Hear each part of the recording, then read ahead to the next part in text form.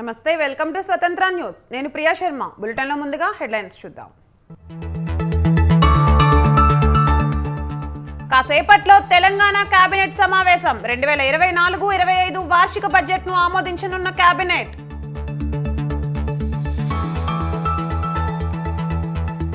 నేడు vote on account budget ప్రవేశపెట్టనున్న భట్టి. మండలిలో బడ్జెట్ పెట్టనున్న మంత్రి దుద్దిర్ల.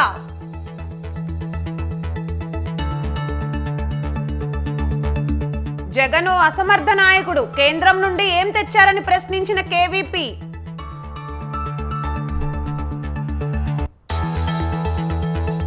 ఓటుకు నోటు కేసులో రేవంత్ కి సుప్రీం నోటీసులు. 4 వారాల్లో స్పందించాలన్న న్యాయస్థానం.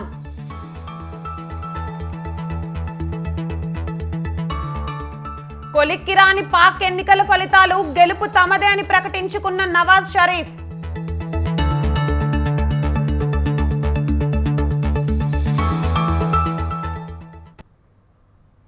తెలంగాణ అసెంబ్లీలో ఆటో వర్సెస్ బస్ అన్నట్లుగా మారింది పరిస్థితి. మహాలక్ష్మి పథకంతో ఆటో డ్రైవర్ల జీవనం అస్తవ్యస్తంగా మారిందని గులాబీ పార్టీ ఎమ్మెల్యేలు ఆరోపించారు. వేలాది మంది జీవితాలు రోడ్డున పడ్డాయని సర్కారుపై ఫైర్ అయ్యారు. ఆటో కార్మికులకు కాపాడాల్సిన బాధ్యత ప్రభుత్వానిదే అంటూ మండిపడ్డారు. అయితే బీఆర్ఎస్ విమర్శలకు గట్టి కౌంటర్ ఇచ్చింది ప్రభుత్వం. ఆటో డ్రామాలు కట్టిపెట్టాలంటూ కారు పార్టీ నేతలకు చురకలంటించారు సీఎం రేవంత్.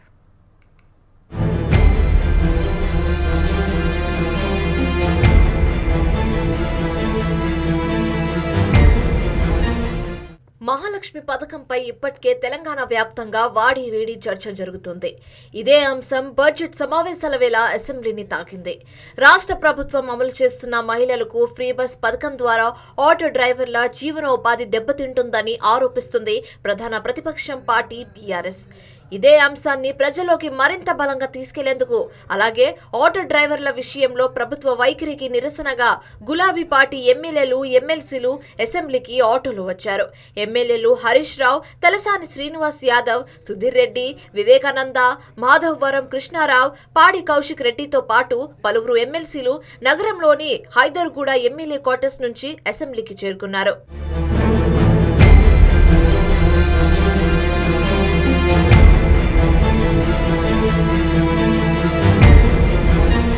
రాష్ట్రంలో కాంగ్రెస్ పార్టీ అధికారంలోకి వచ్చిన తర్వాత ఆటో డ్రైవర్ల జీవితాలు రోడ్డున పడ్డాయని విమర్శించారు మాజీ మంత్రి హరీష్ రావు.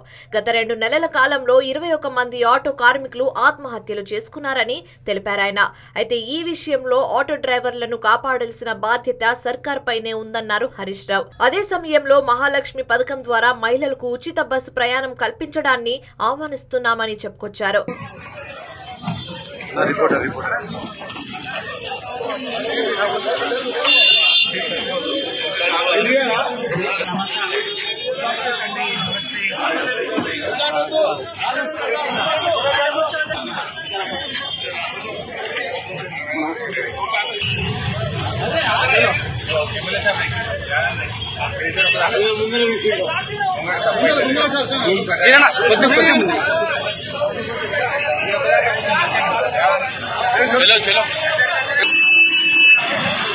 అయితే మహాలక్ష్మి పథకంపై బీఆర్ఎస్ గత కొంతకాలంగా విమర్శలు చేస్తున్న నేపథ్యంలో ఇప్పటికే మహిళల స్పందన తెలుసుకుంది కాంగ్రెస్ పార్టీ. ఈ క్రమంలోనే మొదటిసారి ఎమ్మెల్సీగా ఎన్నికైన కాంగ్రెస్ నేత బల్మూరి వెంకట్ బస్సులో అసెంబ్లీకి చేరుకున్నారు. నాంపల్లిలో బస్ ఎక్కిన ఆయన అసెంబ్లీ వద్ద దిగారు. ఉచిత బస్సు ప్రయాణంపై వారితో మాట్లాడటమే కాకుండా వారి అభిప్రాయాలు కూడా అడిగి తెలుసుకున్నారు బల్మూరి వెంకట్.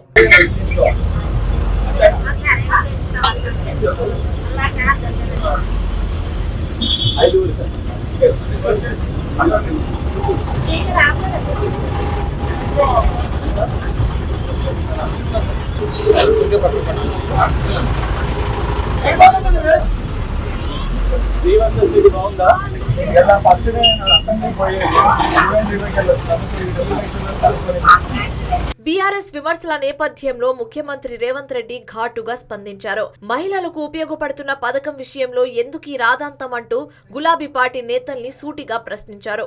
ఆటో డ్రైవర్ల జీవనోపాధి విషయంలో ప్రతిపక్ష పార్టీ అన్ని డ్రామాలు ఆడుతుందని విమర్శించారు ఆయన. ఆటో ఎక్కి వీడియోలు తీశారంటూ సెటైర్లు వేశారు. డ్రామా రాయుడు అంటూ అభివర్ణించారు. ఓవైపు జీవనోపాధి దెబ్బతిన్నదని చెప్తున్న ఆటో డ్రైవర్ తన ఆటోను ఎలా తగలబెట్టారు అంటూ విమర్శించారు రేవంత్ రెడ్డి.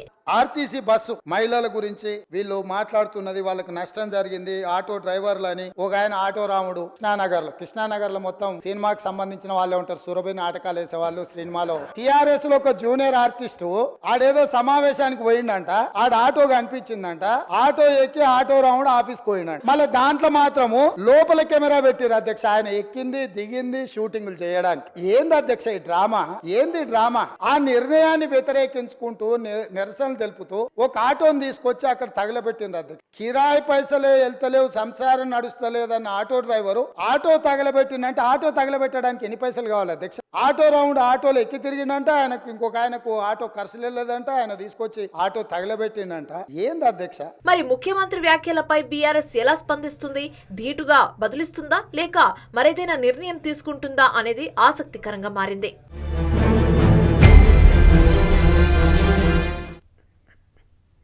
తెలంగాణ ప్రభుత్వం ఇవాళ బడ్జెట్ను ప్రవేశపెట్టనుంది. మధ్యాహ్నం 12 గంటలకు శాసనసభలో డిప్యూటీ సీఎం ఆర్థిక మంత్రి బట్టి విక్రమార్క ఓటాన్ అకౌంట్ బడ్జెట్ను ప్రవేశపెట్టనున్నారు. శాసన మండలిలో ఐటీ శాఖ మంత్రి దుద్దిర్ల శ్రీధర్ బాబు బడ్జెట్ను ప్రవేశపెడతారు. అంతకుముందు ఉదయం 9 గంటలకు తెలంగాణ కేబినెట్ సమావేశం కానుంది. 2024-25 ఆర్థిక సంవత్సరానికి బడ్జెట్ను కేబినెట్ ఆమోదిస్తుంది. కేబినెట్ అనంతరం అసెంబ్లీలో ప్రభుత్వం బడ్జెట్ను ప్రవేశపెడుతుంది.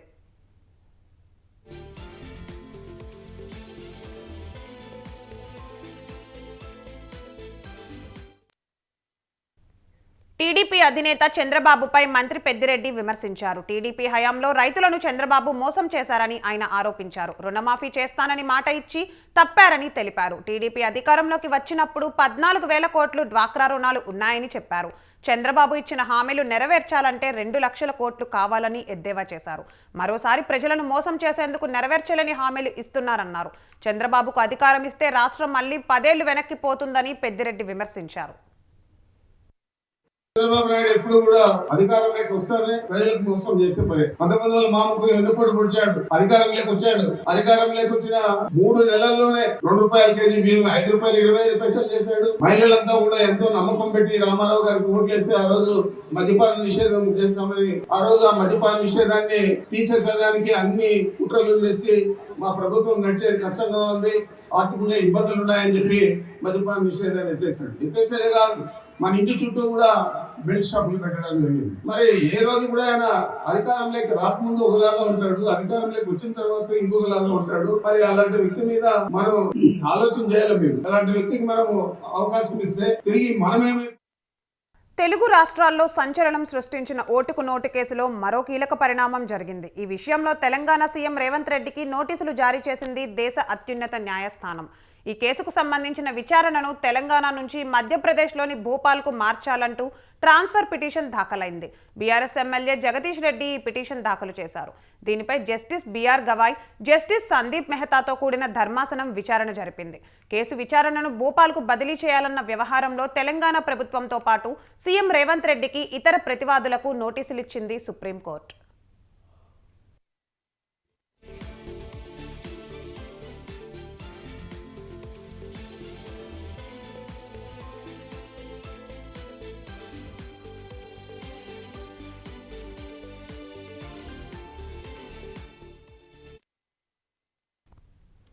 సికింద్రాబాద్ రైల్వే స్టేషన్ రూపురేఖలు 2025 చివరి నాటికి ఎయిర్పోర్ట్ తరహాలో మారనున్నాయని కేంద్ర మంత్రి కిషన్ రెడ్డి అన్నారు.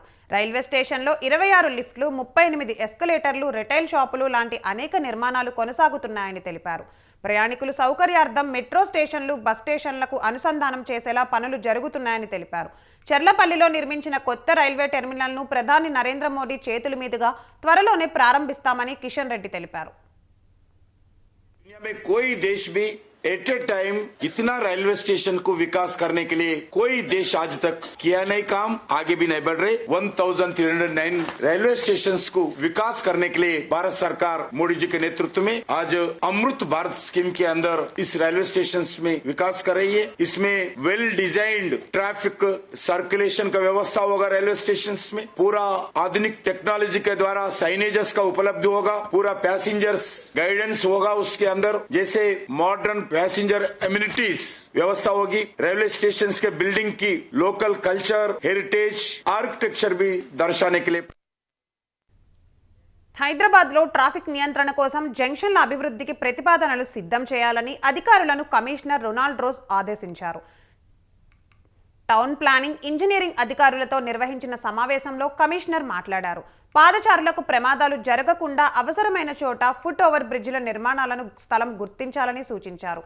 వర్షాకాలంలో నగర ప్రజలకు వాయిదా ముంపు లేకుండా మన్సూర్ ప్రిపేర్ ప్లాన్ ముందస్తుగా తయారు చేయాలని కమిషనర్ ఆదేశించారు.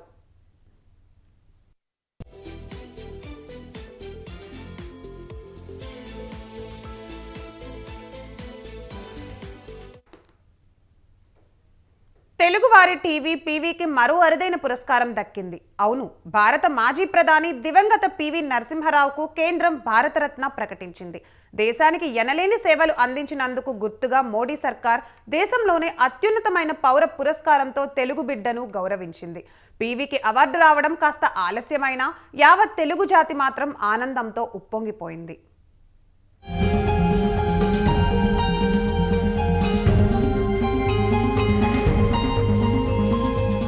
పాములపర్తి వెంకట నరసింహారావు పీవీగా రాష్ట్ర రాజకీయాల్లోనే కాదు, ఏకంగా దేశ రాజకీయాల్లోనే పరిచయం అక్కర్లేని పేరు. పైకి ఎంతో నిరాడంబరంగా కనిపించే మహామేధావి పీవీ అని చెప్పడంలో ఏమాత్రం సందేహం లేదు.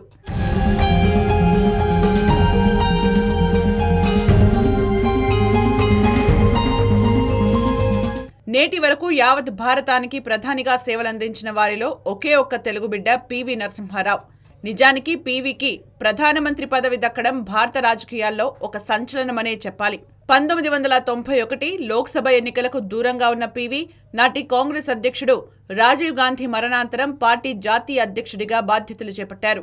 కాంగ్రెస్ పార్టీ ఆయన్ని ప్రధాని అభ్యర్థిగా ఎంపిక చేసింది. అలా పీఠం అధిష్ఠించారు. ఒక్క మాటలో చెప్పాలంటే రాజకీయాల నుంచి రిటైర్మెంట్ తప్పదనుకున్న దశల్లో ఆయన్ని ప్రధాని పదవి వరించింది. కానీ ఆ సమయంలో అది ఓ ముళ్ళ కిరీటమే అని చెప్పాలి. స్థిరత్వం లేని ప్రభుత్వం, దీనికి తోడు చిక్కిశల్యమైన స్థితికి చెందిన భారతదేశ ఆర్థిక వ్యవస్థ. కానీ నరసింహారావు తన సమర్థతతో ఆ పరిస్థితిని ఓ సవాలుగా ఎదుర్కొన్నారు. ఓవైపు రాజకీయ చదరంగాన్ని సమర్థంగా ఆడుతూ మైనార్టీ ప్రభుత్వాన్ని నడిపిస్తూనే మరోవైపు సంస్కరణల్ని పట్టాలెక్కించారు.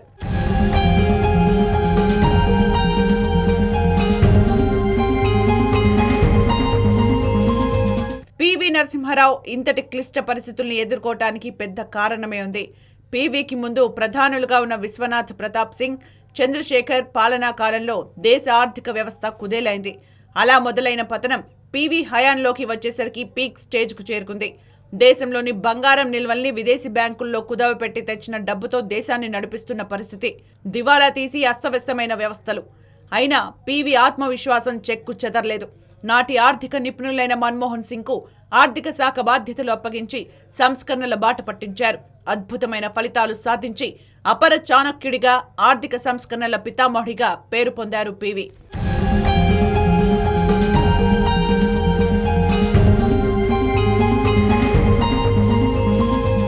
ఇక తెలుగువారి టీవీగా పేరు పొందిన పీవీ వ్యక్తిత్వం అసామాన్యమనే చెప్పాలి.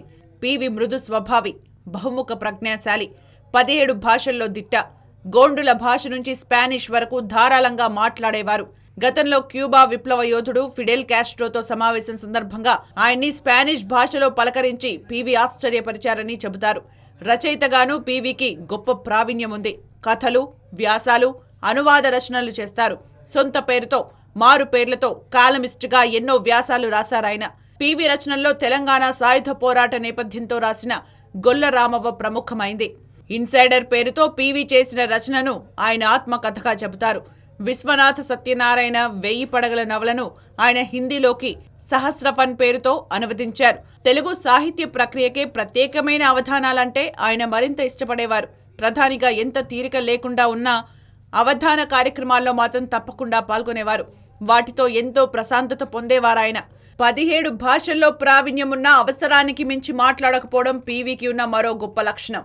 అందుకే అభిమానులు ఆయన్ని 17 భాషలు తెలిసిన మౌన మునిగా పేర్కొంటారు.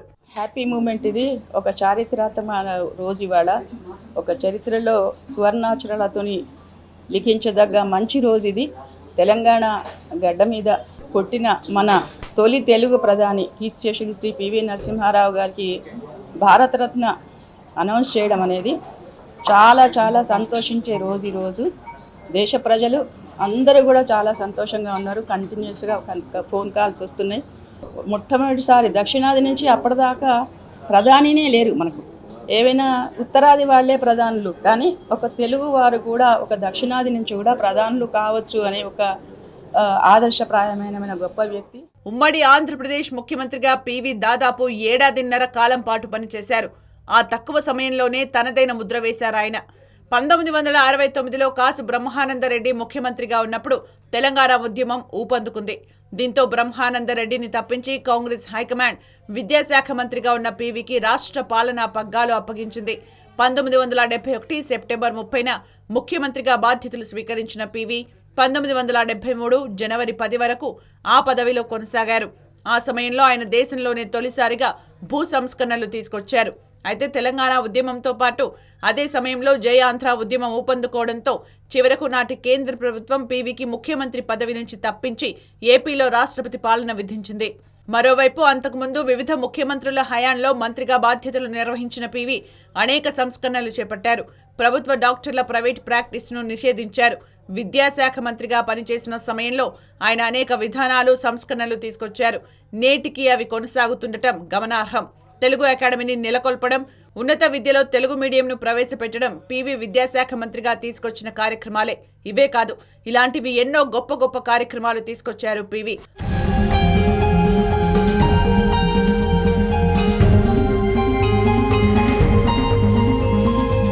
భారతదేశ చరిత్రలో తనకంటూ ఓ ప్రత్యేక పేజీ ఏర్పాటు చేసుకున్న పివి నరసింహారావు 1921 జూన్ 28న వరంగల్ జిల్లా నర్సంపేటకు సమీపంలోని లక్నేపల్లిలో జన్మించారు. ఆయన తండ్రి సీతారామరావు, తల్లి రుక్మాబాయి. అయితే పివికి 3 ఏళ్ల వయసులోనే పి రంగారావు, రత్నాబాయి దంపతులు ఆయన్ను దత్తత తీసుకున్నారు. నాటి నుంచి ఆయన కరీంనగర్ జిల్లాలోని వంగరలో పెరిగారు. హన్మకొండలో మెట్రికులేషన్ పూర్తి చేశారు. కాలేజీలో చదువుకుంటున్న రోజుల్లోనే పివి వందే మాతరం ఉద్యమం వైపు ఆకర్షితులై అందులో చురుగ్గా పాల్గొన్నారు. LLBలో గోల్డ్ మెడల్ సాధించిన పివి హిందీలో సాహిత్య రత్న చేశారు.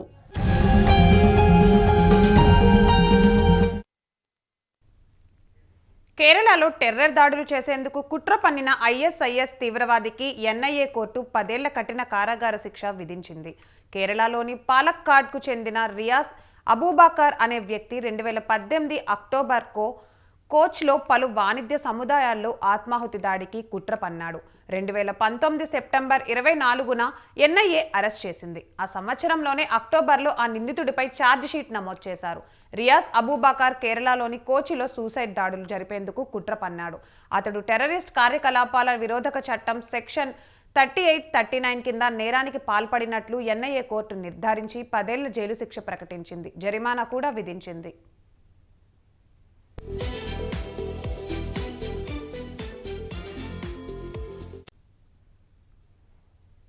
ఐసీస్ కాసర్గోడ్ మాడ్యల్ కేసులో దోషిగా తేలిన 3వ వ్యక్తి అబూబకర్. కేరళలోని కాసరగోడ్ జిల్లాకు చెందిన 14 మంది యువకులు తమ కుటుంబాలతో సహా 2016 మే జూలై నెలల మధ్య పశ్చిమాసియా వెళ్లి నిషేధిత ఉగ్రవాద సంస్థ ఐసీస్లో చేరారు.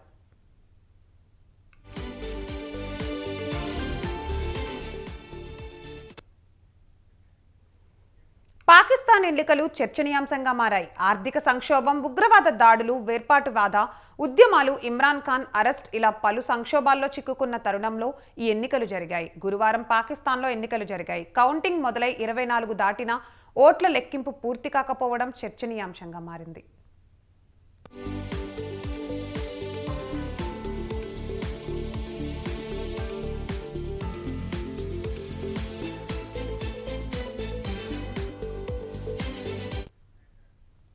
అయితే పాకిస్తాన్ ముస్లిం లీగ్ నవాజ్ జాతీయ ఎన్నికల్లో విజయం సాధించానని, ఎన్నికల్లో అతిపెద్ద పార్టీగా అవతరించామని, సంకీర్ణ ప్రభుత్వాన్ని ఏర్పాటు చేయడంపై చర్చిస్తామని మాజీ ప్రధాని నవాజ్ షరీఫ్ ప్రకటించారు.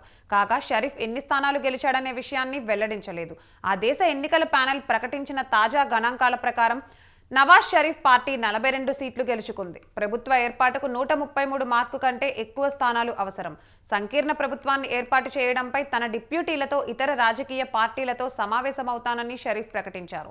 మరోవైపు మాజీ ప్రధాని ఇమ్రాన్ ఖాన్ PTI పార్టీ మద్దతుదారులు 57 సీట్లు గెలుచుకున్నారు.